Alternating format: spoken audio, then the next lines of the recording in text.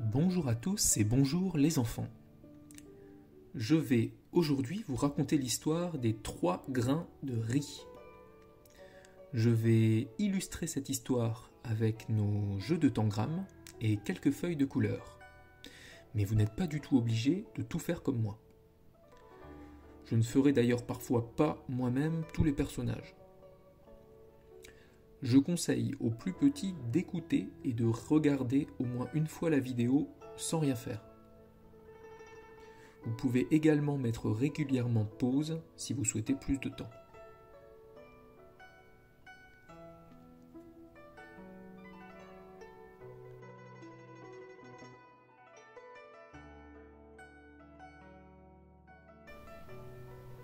Ce matin, petite sœur Lee a mis sur son dos un sac de toile brune. Dans ce sac se tiennent bien serrés tous les grains de riz que ses parents ont récoltés précieusement dans la plaine à côté du grand fleuve. Et petite sœur Lee est partie en courant pour vendre ce riz au marché.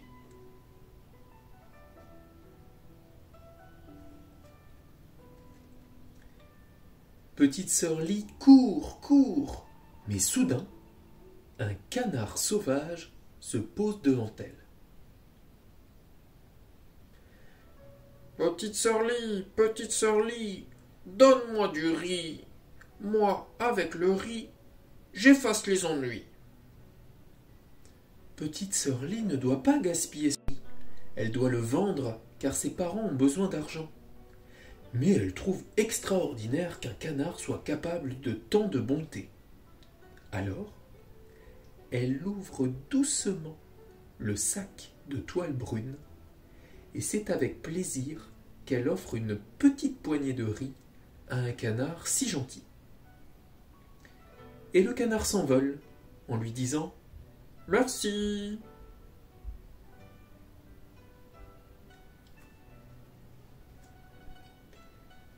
À l'entrée de la forêt de bambous, petite sœur Lee court toujours, quand, soudain, un panda se présente devant elle.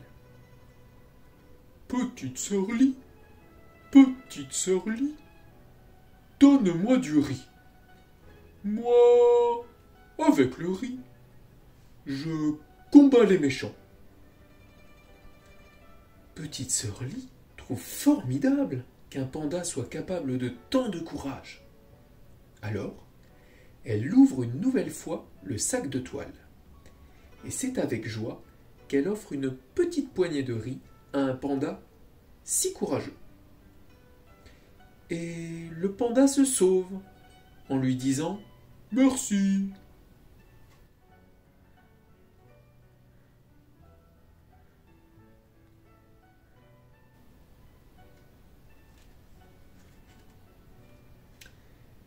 Petite sœur Lee court au milieu des bambous quand un singe l'interpelle.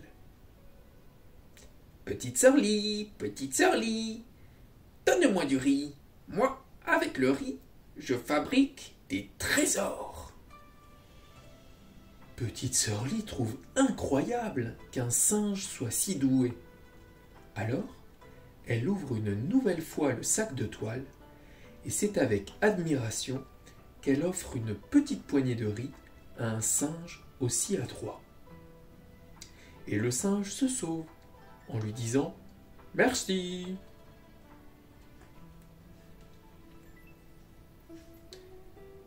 Mais quand petite sœur Lee traverse le pont, le dragon du fleuve bondit en rugissant.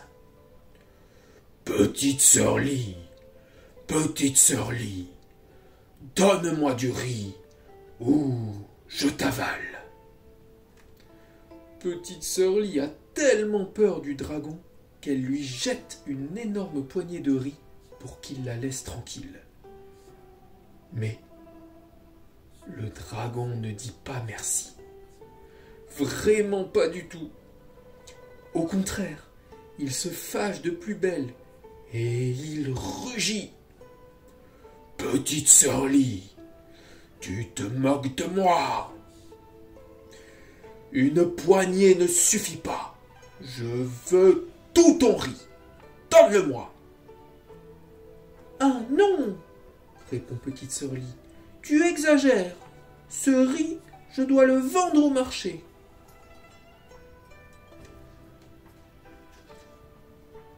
Et petite sœur Lie court de l'autre côté du pont. Le dragon est furieux. Il se dresse pour cracher sa colère contre petite sœur Lie. Il lance des serpents de flammes qui transforment le ciel en brasier. Il avale l'eau du fleuve et la recrache pour noyer petite sœur Lie. L'eau du fleuve monte aux pieds de petite sœur Lie, à ses mollets, à sa taille. Petite sœur Lie est secouée par le courant. Elle essaye de nager, elle lutte pour ne pas se noyer. Mais, hélas, son sac se déchire et les grains de riz sont emportés par l'eau en furie. Petite sœur Lie s'agrippe à une branche de bambou. Petite sœur Lie a froid. Petite sœur Lie a peur. Petite sœur Lie a tout perdu.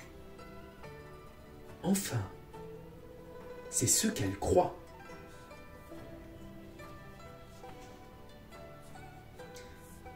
Mais le canard sauvage passe au-dessus d'elle. Petite sœur Lie,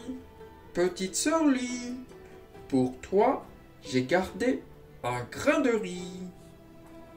Et il le crache dans l'eau en chantant. Petit grain de riz, efface les ennuis de petite sœur Lie.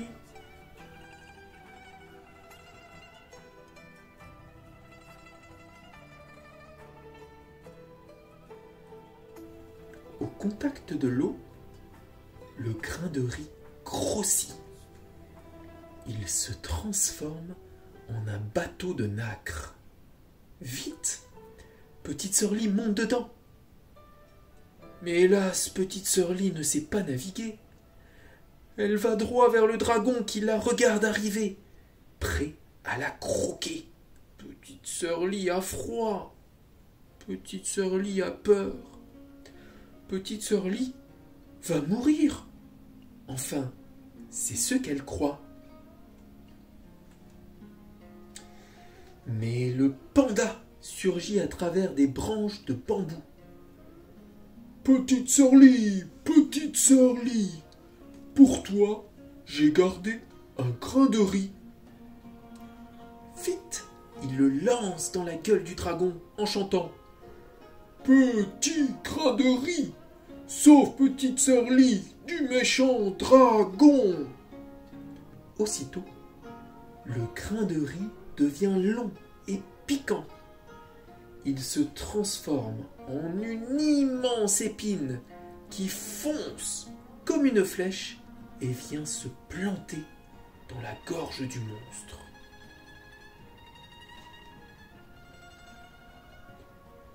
Et voilà le dragon qui bâille et s'endort. Il se couche au fond du fleuve et toute l'eau le suit et rentre dans son lit. Petite sœur Lie accroche le bateau au ponton et elle court chez elle pour voir si ses parents n'ont pas été emportés par l'eau du fleuve. Quand elle les aperçoit bien vivants sur le seuil de leur maison, le cœur de petite sœur Lie se soulève de joie. Hélas, petite sœur Lie n'a ni riz ni argent. Elle a peur de se faire gronder car elle revient les mains vides. Elle a tout perdu. Enfin, c'est ce qu'elle croit. Mais le singe saute autour d'elle. Petite sœur Lie, moi aussi pour toi, j'ai gardé un grain de riz. et il le tend à petite sœur Lie en chantant. Petit grain de riz, transforme-toi en trésor pour petite sœur Lie. À peine le grain de riz est-il dans les mains de petite sœur Lie qu'il devient d'un bleu profond et se met à briller. Il se transforme en un énorme saphir. Alors, petite sœur Lie court offrir cette pierre précieuse à ses parents et se jeter dans leurs bras. Quelle joie pour les parents de petite sœur Lie de retrouver leur fille. Mais, aujourd'hui encore, ils n'ont pas vraiment compris comment petite sœur Lie a pu leur rapporter un tel trésor à la place d'un seul sac de riz, ni comment un canard sauvage, un panda et un singe sont devenus ce jour-là ses amis pour la vie.